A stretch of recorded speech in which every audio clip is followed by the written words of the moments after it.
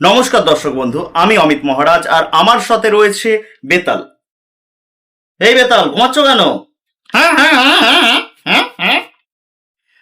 না, আমি তোমার সাথে সবার পরিচয় করিয়ে দিচ্ছি। আজকে আমরা যেটা আলোচনা করব, মোবাইল অ্যাডিকশন এবং গ্রহের প্রভাব, রাহুর মায়া নাকি মোবাইলের নেশা।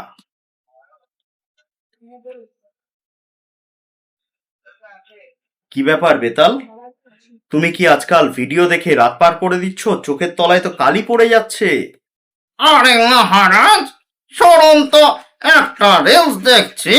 কি ভাগে 10 দিনের কোটিপতি হতে পারি, একটু করেই হয়তো জেনে যাব কোন জায়গায় গুপ্তধন লুকানো রয়েছে। ওই রিল দেখতে দেখতে তোমার মূল্যবান সময়টা রাহুর গ্রাসে চলে যাচ্ছে বেতাল। জানো কি, জ্যোতিষশাস্ত্রে রাহুকে বলা হয় ভ্রম বা মায়া, আর এই মোবাইল ফোন হলো রাহুর আধুনিক রূপ।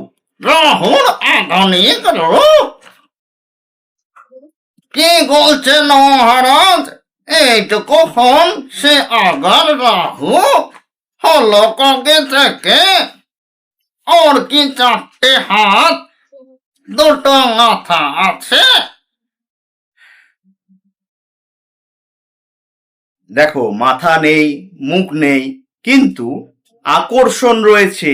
রাহু যেমন মানুষকে নেশায় বুঁদ করে রাখে, এই মোবাইল আমাদের ঠিক তেমনটাই করছে। যখন কারোর জন্ম ছকে রাহুর অশুভ থাকে, তখন সেই সব অদরকারি জিনিসের পিছনেই সময় নষ্ট করে আর নিজের আসল লক্ষ্য ভুলে যায়।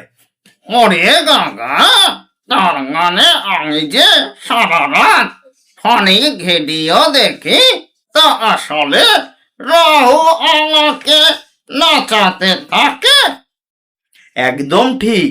অতিরিক্ত মোবাইল ব্যবহার তোমার মনকে অস্থির করে তোলে, যা আসলে রাহু এবং চন্দ্রের অশুভ যোগের ফলে তৈরি হয়।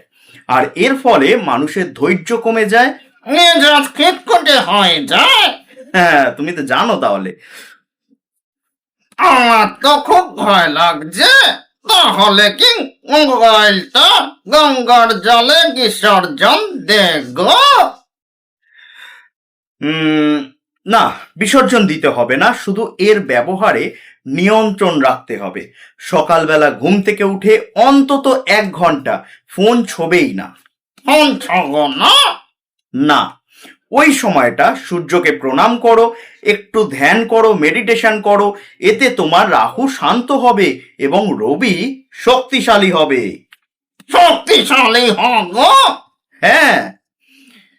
শুনছেন তো বন্ধুরা, মহারাজ কিন্তু ঠিকই বলেছেন। ফোনে স্ক্রল নয়, ভাগ্যের চাকা ঘোরাতে চাইলে ফোনটাকে দূরে রাখুন। আর আমার মতো রাহুগ্রস্ত হয়ে ভিডিও দেখবেন না।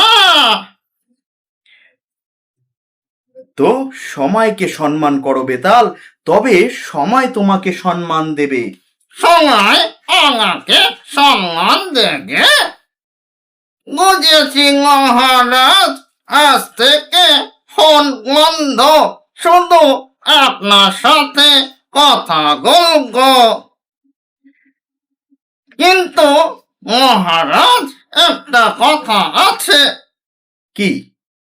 ওই কোটি কোটি হওয়ার রেলটা একবার শেষ করে নেব, আর মাত্র 2 সেকেন্ড বাকি।